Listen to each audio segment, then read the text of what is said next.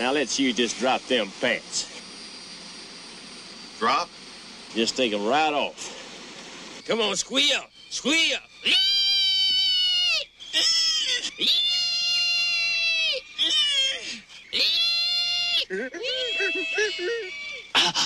Come on, squeal! Squeal!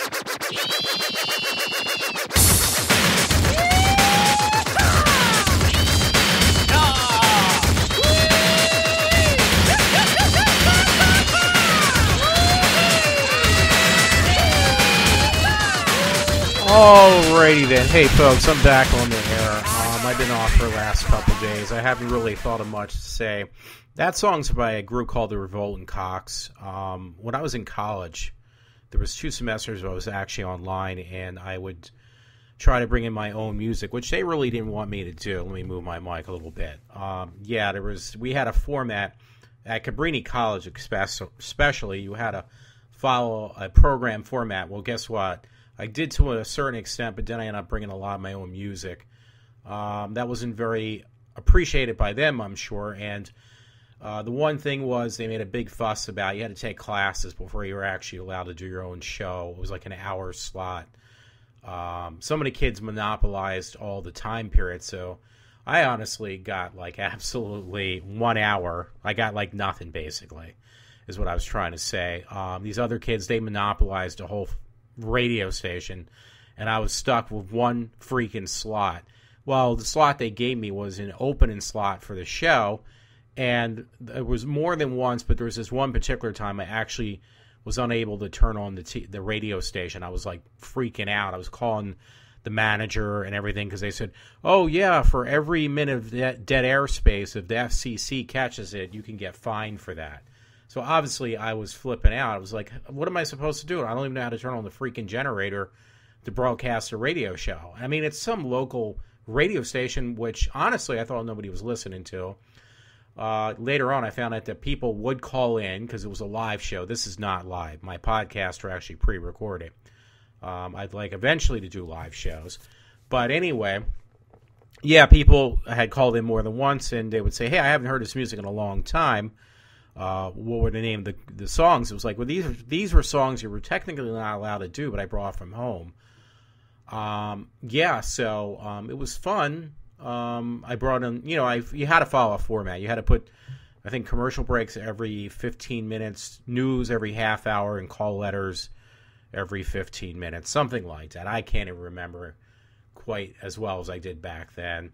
Since I've been off, I've been experimenting. I actually bought another Yeti mic. This one is considered a black edition. I bought at Walmart, brand new, the limited edition for $109. Now, the silver one, these mics usually come in silver, basic silver. Those actually, believe it or not, go for $150. I got that one on eBay brand new for approximately $100 with free shipping. So I made out all the way around pretty good. Oh, okay. Sorry about that. I thought went off. Sorry about that. I thought I lost the power. Sometimes I'm like drawing enough juice where I have all my electronic equipment. I actually do pull the power on the computer. So yeah, I thought it was one of those deals. Actually, the monitor just blacked out. That freaked me out. I was out. The reason I picked that song from the Revolting Cocks, which is actually from Ministry, Al Jurgensen, which Al Jurgensen back in the day, I think that's still probably true. He had his own record label. He had to sign on to some other one. His first album from Ministry was horrible, and he just made something that would get him signed on to a record label. And once he was able to establish that, he actually eventually made what was called Wax Trax. It's a big underground record label company, and he made a plethora of different music bands, and the ones that stuck to mind were like Revolting Cocks and obviously Ministry. There was other ones I can't even name off the top of my head, but trust me, about 3/4 of them all incorporated Al Jurgensen because it was basically his record label that they would fall under. He actually worked with this guy named Jello Biafro. Used to be in a group called the Dead Kennedys, and they actually made a band. That's one of the Wax Trax bands. You can still find them, and that was actually called Lard. I swear to God, I'm not even making this one up, folks. It was called Lard. L-A-I-D. What am I saying? It's L-A-R-D. Boy, am I such an idiot. But yeah, it was pretty funny. It was called Lard. Songs are okay if you like the Dead Kennedys, which obviously the voice was Jello. You would probably like Lard because it's more of his voice, minus that Jurgensen worked with him. Now, Al Jurgensen, because I consider Ministry Al Jurgensen, he will actually be down the Troc down in Philadelphia later this summer, so I got a ticket for him. Another concert I actually got a ticket for was apparently I went and seen Marilyn Manson, and I loved it. I thought it was really good. I got general admission tickets. That's all he was selling. It was right after he did Philadelphia. This was up in, I think, not Wilkesboro, but it was pretty close. It was up that direction. It was like about 2 hours from my house. I can't even remember where I saw him, but it was up around that neck of the woods. And I thought he was really entertaining. Some woman or girl, she looks like a kid, but who cuts my hair at this hairdresser, she said that she keeps on bragging about being married and her husband, and she acts like she's like 50 years old, and the freaking girl's only like in her 30s. She was saying, "Oh, me and my husband were laughing at this Marilyn Manson's concert because he forgot his lines." It's like, you know what? I hate to tell you, the man's doing a lot better than you are, even though he's not as well known, Marilyn Manson. And the guy is a good entertainer. I don't care what you say. Plus, the guy was singing his music live. So I'd rather have him forget his lines, sing the music live, and instead of lip syncing and messing up that way to something he is not singing live. You pay to see these people live, and he came out. He tried to give the best performance he can. I'm sure he was exhausted from the night before, so I have no complaints. I think if I could say to Marilyn Manson, dude, you were entertaining. I enjoyed you. You've been doing this for like, what, 30 years probably? Who knows? But you've always entertained me. And honestly, I didn't buy all of his albums, but I saw him live for the first time. So I'm going in there not knowing what to expect from a Marilyn Manson concert, and I was not disappointed. So anyway, he's coming back again. Now, he's coming back with Smashing Pumpkins, which is kind of funny. Because when you think of Smashing Pumpkins, what comes to mind? It's Billy Corgan. Now, Billy Corgan / Smashing Pumpkins was really big back in the day when I was in college. I think it was my, I would say it was my freshman, junior year, but that lasted a decade. So, but anyway, I'm half joking about that. Yeah, Smashing Pumpkins just came out. Everybody was going crazy over them. It was bands like there was something called oh God, I can't even remember now. It was some movement from England. Oh, Manchester. Manchester was really big back then. Then you had Nirvana had started that whole grunge effect. I think was kind of almost dying out the metal with. I don't know if that's metal, but I would say, what was it with Lars and Metallica? That was kind of almost on the tail end, and grunge was coming in. Bands from Manchester were coming in, which included a band called Inspiral Carpet and some other bands, Manchester bands. I like that movement, actually. I miss that movement of that genre of music. It lasted a very short period of time, though, unfortunately. But I like the Manchester bands. I did like some of the grunge. I was more into industrial, actually, because I myself, growing up, I actually got into alternative music from my older brother. I have two older brothers. Both of them are in their 50s. I'm 48 again, because I mentioned that before on another show. But my one brother, he used to go to college at Georgetown University, and he would come home, and even before he left for college, he was really heavily into music, and it was always like the offbeat bands. I remember back in the day, vinyl was really big still. So he would go and buy these 12-inch vinyls, full albums on full jackets, not full metal jacket, but full jackets, and it was fun back in the day. I remember doing that with him and going to the record stores and stuff and picking up these vinyls. I wasn't too much into it. My one brother, both of them actually went to a Pink Floyd concert. That was on vinyl back in the day, and that was fun. But my one particular brother, he actually liked, Adam Ant, Supertramp. That's not really. Devo was really big, but there were some bands that he listened to. It's like, hey, you know what? I actually like this stuff. So he kind of got me in the direction of, hey, alternative is really cool. Back then, though, it wasn't called alternative. Before that, it was actually something called new wave.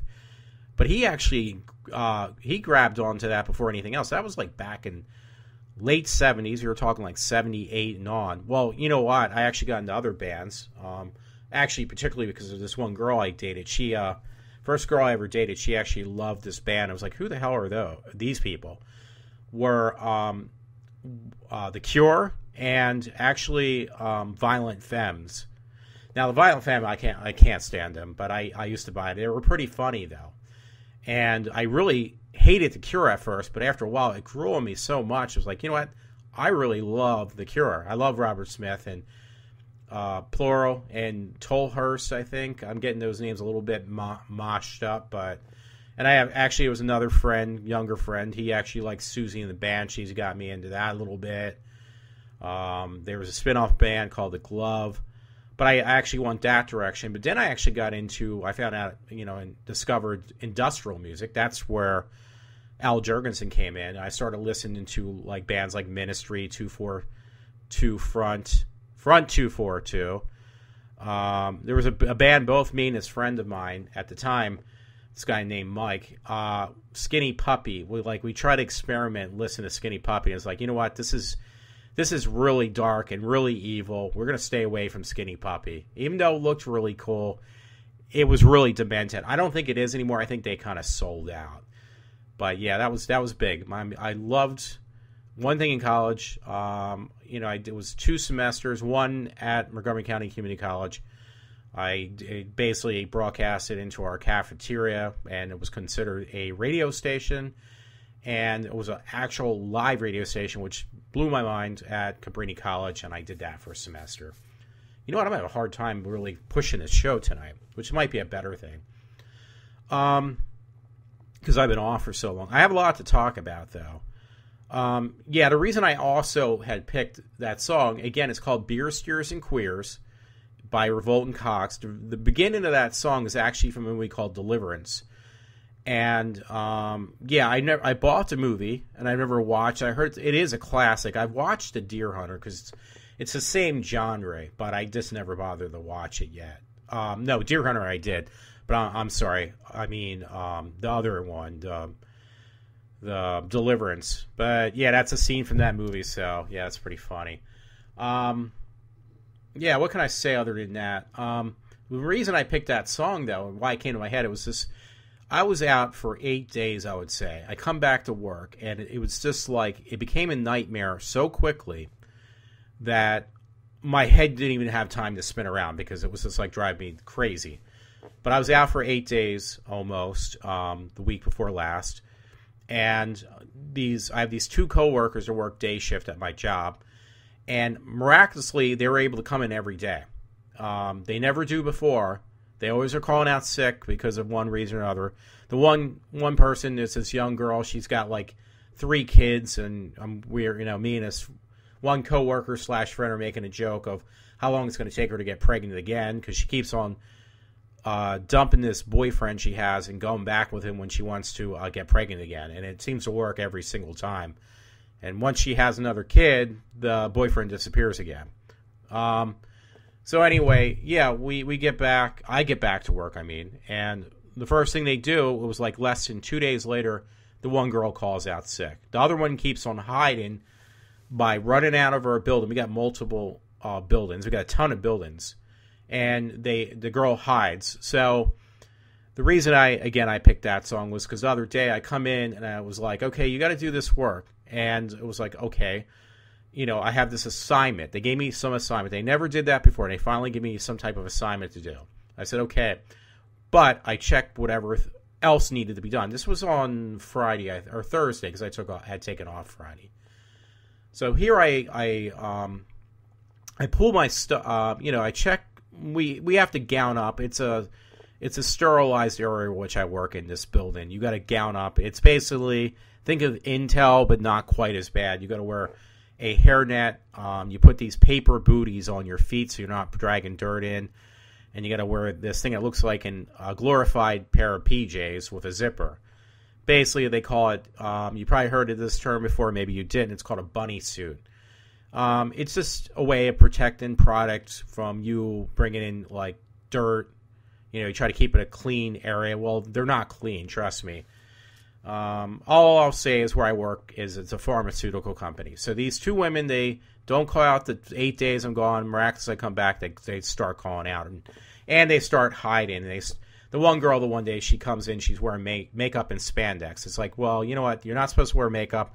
And this is not like the street corner down in Norristown where you're supposed to be standing out in front of the hotel trying to solicit sex onto people. But obviously they don't think that highly of, they can't think that highbrow or whatever you want to call it. So they just basically play games with me. So, again, this one girl called out. She called out more than once. I can tell that was a fact. Or she left early. The other girl was hiding. So on Thursday was my last day because I had taken off Friday because I went to Jenny McCarthy over in the King of Prussia / Valley Forge Casino. It's a hard time to say that. They now call that the New Music Fair, which I seriously doubt it looks anything like it. But hey, she was really funny. That's a different story. But I go into work and, I go to start my job. I'm trying to look at what needs to be done as far as cleaning stuff up and bringing out garbage and taking out things that these lab technicians were done working with. And it was a shitload of work. I mean, it was piled up so fucking high. Pardon my language, but because it's going to get edited, not edited, it's going to be put as explicit, that it wasn't even funny. It was more work within one night of less than 8 hours than I've had in 8 days that I was off. I mean, it was piled, and I was sweating so bad, it literally looked like I just got out of a swimming pool with my clothes on. I mean, I was that saturated. I was that soaked. It looked like I came in from a rainstorm. So anyway, what can I say? I found the boss. I said, listen, you know what? There was two bosses. They were overlapping. They always do. And it was this guy and this woman. So I lost my temper. I literally lost my temper with both of them. The one boss, I actually apologized later. I said, listen, hey, I didn't mean to lose my temper with you.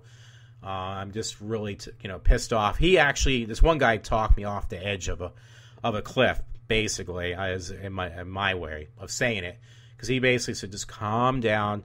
Don't take it so seriously. Do what you can do. Whatever you can't finish, don't worry about it. Now, you got to consider this. You don't know this, but I'm going to tell you right now. I work all by myself. I've worked by myself for the last 2 years. I have nobody helping me. Now, I'm supposed to have people help me on occasions, but they never want to bother. They just tell me. One girl told me one time, I have confidence you can do the job all by yourself. You don't need any help. And guess what she was doing? She's getting paid like the average technician. I'm not a tech. I'm just a glorified janitor. The average technician gets paid close to $38 an hour. I get paid $32. So guess what her response was when I needed her help? She wouldn't move. She was like on a computer on Facebook or she was shopping for stuff. She basically moved her chair, and I said, can you help me? She said, well, I have confidence you can do it all by yourself. And it was heavy lifting of heavy stuff. And it's like, your job is not to Facebook and buy jewelry on on the internet. Your job is to do your job, not to goof off or play Candy Crush. Well, that's what most of them do. So, yeah, that just really blew my mind. So, anyway, getting back to this, what happened, I was yelling at these bosses, and I was really losing my temper. I got to the point I was like, you know what, I'm ready just to walk out. The money's not even worth it. I know the economy's bad thanks to our abomination. But you know what? I basically said, screw it. I don't care anymore. And I just lost my temper. So the response was, there was this female supervisor, and she right to my face, she told me, well, this other girl couldn't do her job today. I'm not going to give her name. But the other girl couldn't do her job because her partner didn't show up to work on Thursday. So it was like, so since her partner didn't show up, it was all right that she couldn't do her job. Like, you know, it was an excusable reason for her not to do anything that day. Now, I told 8 people that, maybe less, a lot. Well, it was about a dozen people. Everyone said, and one guy actually laughed about it. He says, what, like you are every day by yourself doing everything? And I said, yeah, you know what, you're right. I'm here by myself every single day, and that's all right if I do all the work. Why, you got at least 12 or 18 people in overtime in your area. Now, 2 of them are our workers. The rest are all these technicians. But they're all doing exactly the same thing. They're doing nothing. They're like sitting there doing absolutely nothing and playing games, like literally playing games on the computer. And that's excusable, but me asking for help is just out of the question. I swear to God. So, and these technicians, just imagine, they're making 38 times 2. So that'll give you how much you're making. It's pathetic. And the quality of the products coming out, in my opinion, are just really bad. They could make better product with probably less people and less money if they really wanted to. I'm saying that because it's my show, and it's iWalter. I forgot to say that, but I just kind of drugged right into the show today. But yeah, that's what I deal with on a daily basis now. Yeah, so that's what drew me to picking that song from the beginning of my show. I'm actually going into where I want to go, so as far as the length of my show. Hey, by the way, I thought it was really good if you folks get a chance. Apparently she has her own blogcast show. No, I'm sorry. She's got it on satellite radio. It's Sirius. It's Jenny McCarthy. She still looks really good, but she had these comedians that were around my age in their 40s doing their spiel. They were very entertaining, to say the least. They were very funny. The first woman wasn't too bad.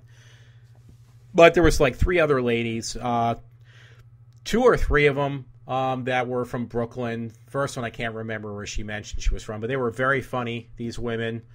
The one, Jenny McCarthy, said that she's the female version, which I have to agree with, of Sam Kinison, the guy who committed suicide.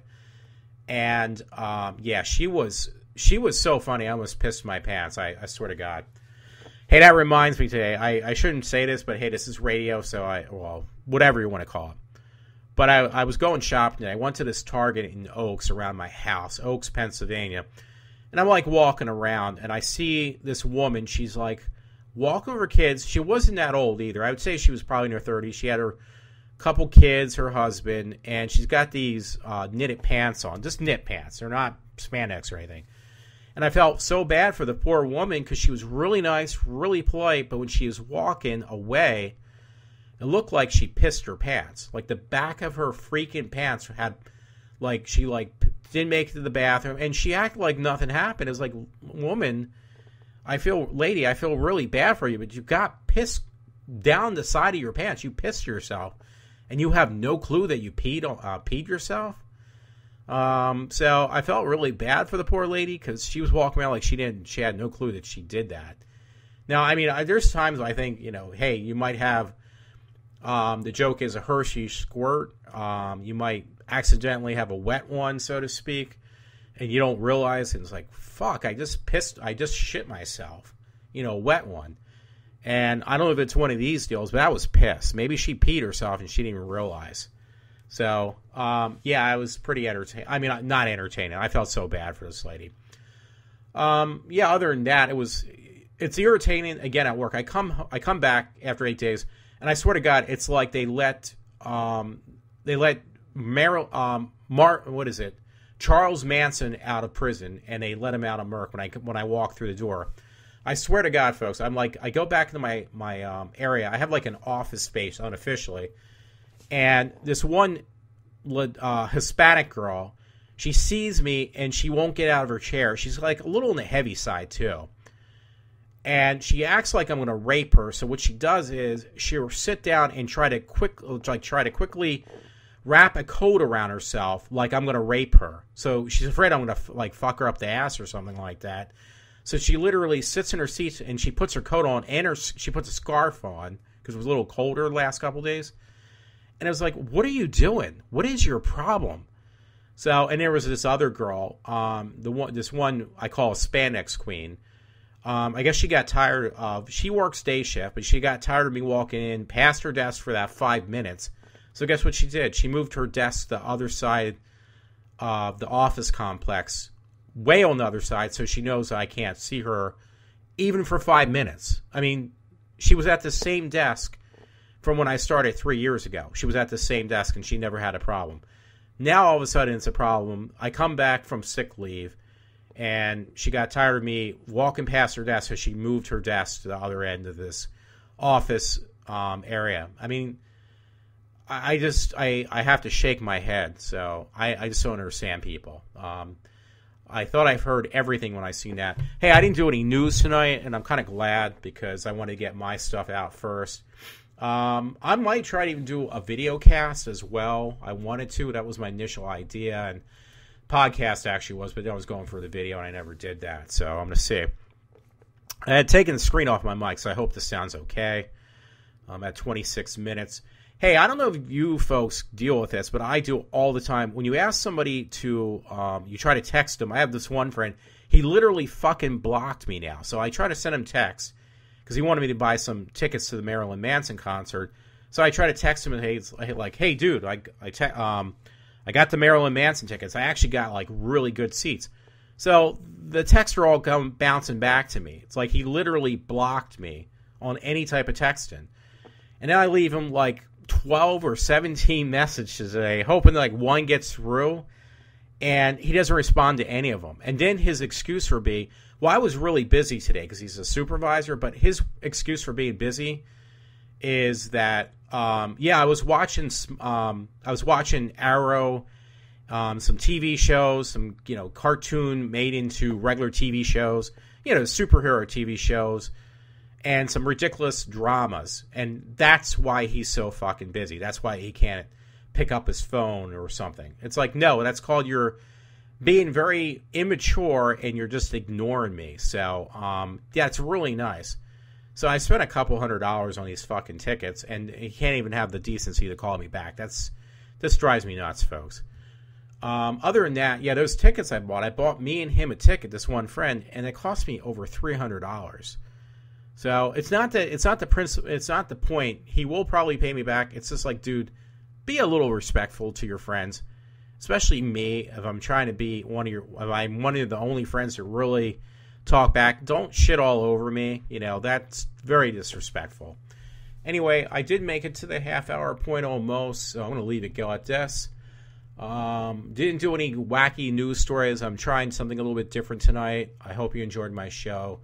Just let me know and respond back wherever you see me post it.